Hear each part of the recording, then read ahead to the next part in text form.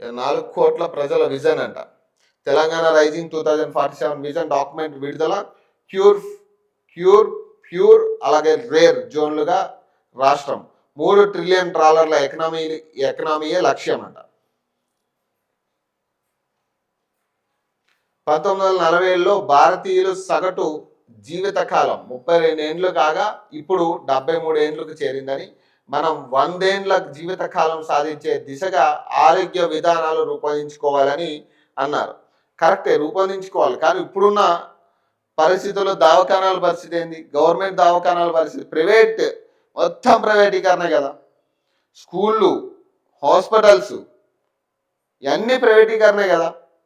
ఏదైనా ప్రైవేట్ హాస్పిటల్కి వెళ్ళందే క్యూర్ కాదు అనేట్టుగానే కనపడతా ఉంది. ప్రభుత్వ హాస్పిటల్లో ఎంత టెక్నాలజీ, ఎంత నిధులు ఎందుకు ఇవ్వట్లేదు? ప్రభుత్వ హాస్పిటల్ ఎందుకు డెవలప్ చేయట్లే? ఇప్పుడు ఇందులో మతలబ్ ఏంటంటే ప్రైవేట్ హాస్పిటల్స్కి దందా వెళ్తే వీళ్ళకి కమిషన్ వస్తుంది.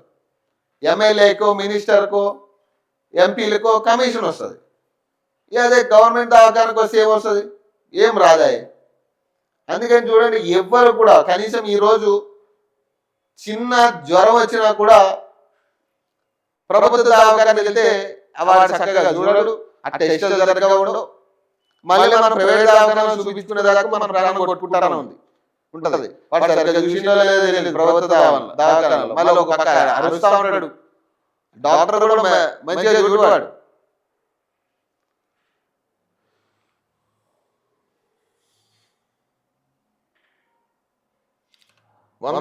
ఎలక్ట్రికల్ వెహికల్స్ అంట. తెలంగాణను పూర్తి కాలుష్య రహిత రాష్ట్రంగా మార్చాలని రాష్ట్ర ప్రభుత్వం నిర్ణయించింది. 2047 నాటికి 100% ఎలక్ట్రిక్ వాహనాలను వినియోగించాలని లక్ష్యంగా పెట్టుకుంది. ఈ క్రమంలో 2030 నాటికి రాష్ట్రంలో 6000 ఈవీ పబ్లిక్ ఛార్జింగ్ స్టేషన్లను 2047 నాటికి ప్రతి 20 కిలోమీటర్లకు ఒక ఫాస్ట్ ఛార్జింగ్ కారిడార్ను నిర్మించాలని నిర్ణయం తీసుకుంది. ట్రాఫిక్ తో నిత్యం నరకం అనిపిస్తున్న హైదరాబాద్ ప్రజలకు ఊరటనిచ్చేందుకు 2047 నాటికి ఆర్టిఫిషియల్ ఇంటెలిజెన్స్ అంటే ఏఐ ఆధారిత ట్రాఫిక్ నిర్వహణ కొనసాగించాలని విజన్ డాక్యుమెంట్ లో ప్రభుత్వం తన ప్రణాళికను వెలువడించింది. ట్రాన్సిస్టర్ ఓరియంటెడ్ డెవలప్మెంట్ టీఓడి ప్రణాళికతో రాష్ట్రంలో నడక అలాగే సైక్లింగ్ కు ప్రాధాన్యత ఇవ్వడంతో పాటు తగిన ప్రోత్సాహాన్ని అందించి 95% చమురు డిమాండ్ తగ్గింపును లక్ష్యంగా చేసుకోవాలని నిర్ణయించిందట. మరి ఎప్పుడు కావాలి?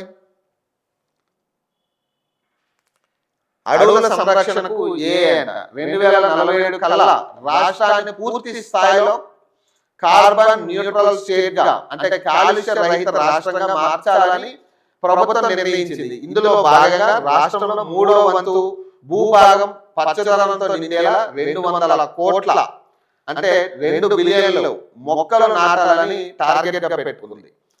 అడవులు వ్యవసాయ భూముల్లో పెంచే మొక్కలే కార్బన్ ను పీల్చుకునే కార్బన్ సింక్లుగా పనిచేయాలని భావిస్తున్న సర్కారు ఇందుకోసం 3 కీలక వ్యూహాలతో ముందుకెళ్తున్నది. ఇందులో భాగంగా రాష్ట్రంలో ఫారెస్ట్ ఫస్ట్ పాలసీని అమలు చేయబోతున్నారు. ముఖ్యంగా అడవుల్లో హైటెక్ నిఘా ఏర్పాటు చేయనున్నారు. అటవీ వనరుల సంరక్షణకు డ్రోన్లతో కాపలా వ్యవస్థను రూపొందించనున్నారు.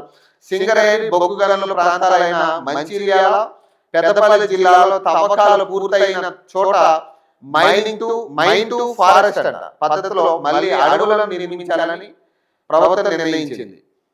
మున్సిపాలిటీలు, ఇండస్ట్రియల్ జోన్లలో కార్బన్ పీల్చుకునే అర్బన్ ఫారెస్ట్ అలాగే గ్రీన్ బఫర్ జోన్లను డెవలప్ చేయాలని భావిస్తుంది. ఇవన్నీ మాట్లాడడానికి చాలా బాగుంటాయి, కానీ అది వాస్తవానికి వచ్చేసరికి 25 సంవత్సరాలు కాదు, ఇక్కడ 50 సంవత్సరాలను పట్టొచ్చు అది చెప్పే సిచ్యువేషన్స్ అన్ని. ఇప్పట్లో మన తెలంగాణ అంతగానం డెవలప్ చేసుకోవడానికి ఫస్ట్ అసలు ఇప్పుడున్న పరిస్థితి నుంచి మెరుగు చేసే ప్రభుత్వం రావాలి ఫస్ట్. ఆ తర్వాత ఇవన్నీ ఆలోచించాలి.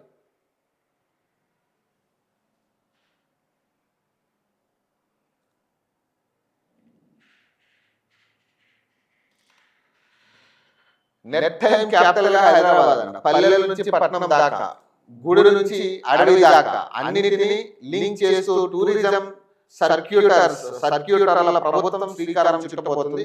పర్యాటక రంగాన్ని అభివృద్ధి చేయడం ద్వారా స్థానికంగా ఉపాధి అవకాశాలు పెంచడం, లోకల్ కల్చర్ ను గ్లోబల్ రేంజ్ కు తీసుకెళ్లడం అనే లక్ష్యాలను పెట్టుకుంది. హైదరాబాద్ సౌత్ ఆసియాలోనే నైట్ టైం క్యాపిటల్ గా మార్చేందుకు ప్లాన్ రెడీ చేసింది. మెట్రో రైలు, ఆర్టీసీ బస్సులు రాత్రి 2 గంటల వరకు నడిచేలా ప్లాన్ చేస్తున్నారు. గచ్చిబౌలి, మాదాపూర్, జూబ్లీ హిల్స్, ట్యాంక్ బండ్, అలాగే ఓల్డ్ సిటీ, ఎయిర్పోర్ట్ ఏరియాలను నైట్ జోన్ గా మారుస్తారు. చార్మినార్ టు గోల్కొండ వయా ట్యాంక్ బండ్ మీదుగా హైదరాబాద్ ఆఫ్టర్ డార్క్ మైల్ పేరుతో నైట్ బజార్లు, ఫుడ్ ఫెస్టివల్ ఉంటాయి. రాష్ట్ర వ్యాప్తంగా పర్యాటక ప్రాంతాలను కలుపుతూ 27 స్పెషల్ టూరిజం ఏరియాలను గుర్తించారు. టూరిస్టుల కోసం టికెట్లు, బుకింగ్, ట్రావెల్స్ అన్ని ఒకే కార్డుతో అయ్యేలా Telangana pass, unified digital pass అంట తీసుకురానున్నారు. నాగార్జున సాగర్, సోమశిల, రామప్ప, కాళేశ్వరం అందాలను ఆకాశం నుంచి చూసేందుకు హెలికాప్టర్ రూట్లను ఏర్పాటు చేయనున్నారు. భువనగిరి రాక్ క్లైంబింగ్ డెస్టినేషన్ గా అమరాబాద్ కవ్వల్ అడవుల్లో ఎక్సో ట్రైల్ ఏర్పాటు చేస్తారు. టైగర్ రిజర్వ్ జోన్లలో రిసార్ట్లు రానున్నాయి. ఎన్ని నైట్ లైఫ్ ఎట్లా అసలే ఉన్న పరిస్థితుల్లో ఎక్కడ ఏం జరుగుతుందో తెలియని పరిస్థితుల్లో ఎవరిని చంపుతారన్నాడు అనే కాన్సెప్ట్ తెలియని పరిస్థితుల్లో తెలంగాణ ఉంది. పట్టపగలే హత్యలు జరుగుతున్న పరిస్థితి. ఈ నైట్ లైఫ్ చేస్తే మరి సెక్యూరిటీ అంతేగానే ఉండాలి కదా, లా అండ్ ఆర్డర్ కూడా అంతే స్ట్రాంగ్ గా ఉండాలి. మనకున్న పరిస్థితుల్లో లా అండ్ ఆర్డర్ ఎక్కడ స్ట్రాంగ్ గా ఉంది? ఎక్కడెక్కడ హత్యలు చేసే పరిస్థితి, కనీసం మినిమం సెక్యూరిటీ కూడా లేని పరిస్థితిలో ఉన్నాయి.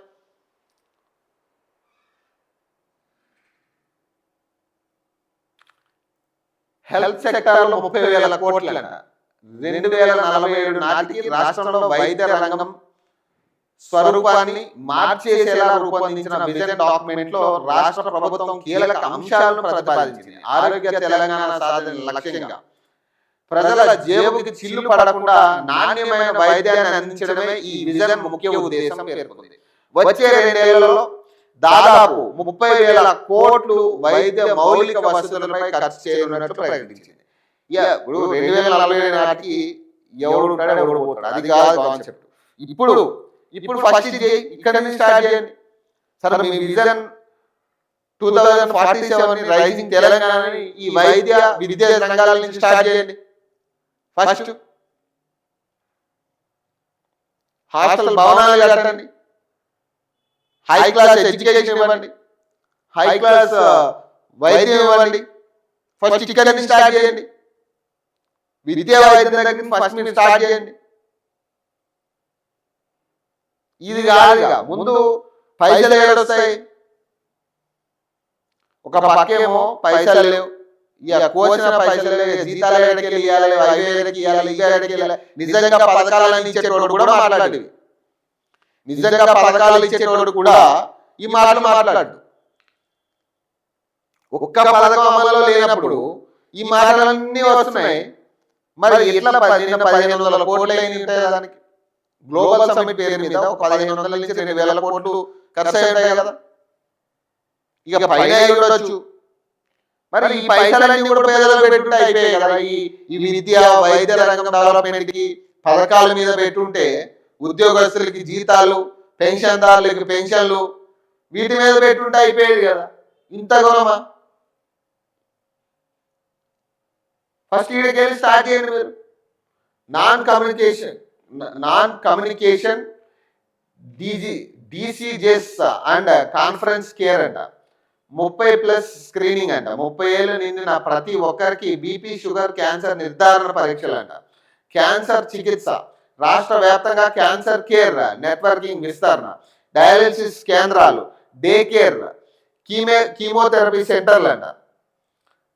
ఇవన్నీ ఏర్పాటు చేస్తారంట. ఎప్పుడు 2047 నాటికి, ఇప్పుడు కాదు. ప్యూర్ రేర్ మోడల్లో దీర్ఘకాలిక వ్యాధుల నియంత్రణకు, అరుదైన వ్యాధులు చికిత్సకు ప్రత్యేక విధానం అంట. Digital health and technology, digital health కార్డులు అంట. రాష్ట్రంలోని ప్రతి పౌరుడికి హెల్త్ ఐడి, అలాగే electronic health records, patient history ఆన్లైన్లో చూసుకునే వెసులుబాటు అంట. టెలిమెడిసిన్ అంట. మారుమూల గ్రామాల్లో కూడా స్పెషలిస్ట్ డాక్టర్ సేవలు అందేలా టెలి ఐసియు, అలాగే టెలికాన్ఫరెన్స్ సేవలు, వ్యాధుల గుర్తింపులో స్క్రీనింగ్లో ఏఐ విభాగం ఉండే ఛాన్స్ ఉంటుందంట. ఇవన్నీ కూడా 2047 నాటికి. అట్లా కాదు కదా, ఇప్పుడు అసలు బేసిక్ వసతులు కూడా లేని పరిస్థితి, కనీసం బెడ్లు లేని పరిస్థితి, వెంటిలేటర్స్ లేని పరిస్థితి, కనీసం ఆక్సిజన్ సిలిండర్ లేని పరిస్థితి, డాక్టర్లు లేని పరిస్థితి, మెడిసిన్స్ లేని పరిస్థితి, కనీసం బీపీ షుగర్ కూడా మెడిసిన్ దొరకని పరిస్థితి ఉంది ఈరోజు. మరి వీటన్నిటిని ఫస్ట్ రెక్టిఫై చేయండి. ఫస్ట్ ఇక్కడి నుంచి స్టార్ట్ చేయండి. మనం ఉన్న ప్రభుత్వ హాస్పిటల్ని కాపాడండి. ఫస్ట్ ఉన్న ప్రభుత్వ హాస్పిటల్ని కాపాడి తర్వాత వీటి గురించి మాట్లాడండి. తర్వాత 2047 నాటికి మీరు ఎట్లా చేస్తారో చేయండి, కానీ ఇప్పటి నుంచి స్టార్ట్ చేయండి, డెవలప్ చేయండి. స్కూల్స్, ఉన్న బడులు, క్లాస్ రూమ్స్ని, స్టాఫ్ని. చాలా స్కూల్స్లో, గవర్నమెంట్ స్కూల్స్లో ఒకే టీచర్ చెప్తా ఉన్నాడు అన్ని సబ్జెక్టులు కూడా. మరి అన్ని సబ్జెక్టులకి ఒకే టీచర్ చెప్తే వాళ్ళు ఏమనుకుంటారు టీచర్లు, ఇదేం కూడా బాబు మా కనీసం ఏదో గవర్నమెంట్ ఉద్యోగం అంటే వచ్చినా కానీ ఇదే ఇంత ఘోరంగా ఉందంటే 6 సబ్జెక్టులు ఒకటి చెప్పడం ఏందనే కాన్సెప్ట్ ఉంది. ఇప్పుడు చాలా మంది ఇబ్బందులు పడుతూ ఉన్నారు. మరి వీటన్నిటిని ఫస్ట్ రెక్టిఫై చేసుకున్న తర్వాత కదా 2047 నాటికి విజన ఇంకోట తర్వాత విషయం. అది ఫస్ట్ ఇక్కడి నుంచి స్టార్ట్ చేయండి, ఉన్న వాటిని డెవలప్ చేసుకుంటూ పోండి.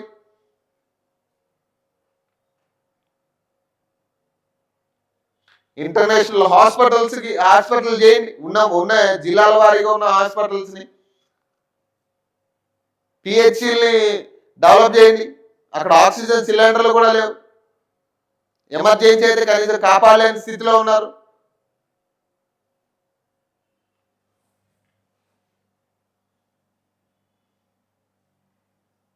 అవి చేయలేనప్పుడు ఇంతగానో మనం ప్రచారం చేసుకుని ఇంతగానో ఇన్ని లక్షల కోట్లు వచ్చినాయి అనేది అనవసరమైన విషయం. అది ఇప్పుడు తెలంగాణకి ఇవి కాదు కావాల్సింది.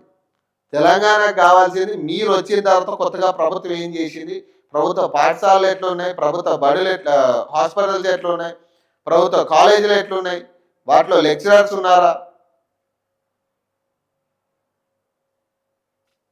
ఇప్పటికీ అవుట్సోర్సింగ్ స్టాఫే టీచింగ్ చేస్తా ఉన్నారు.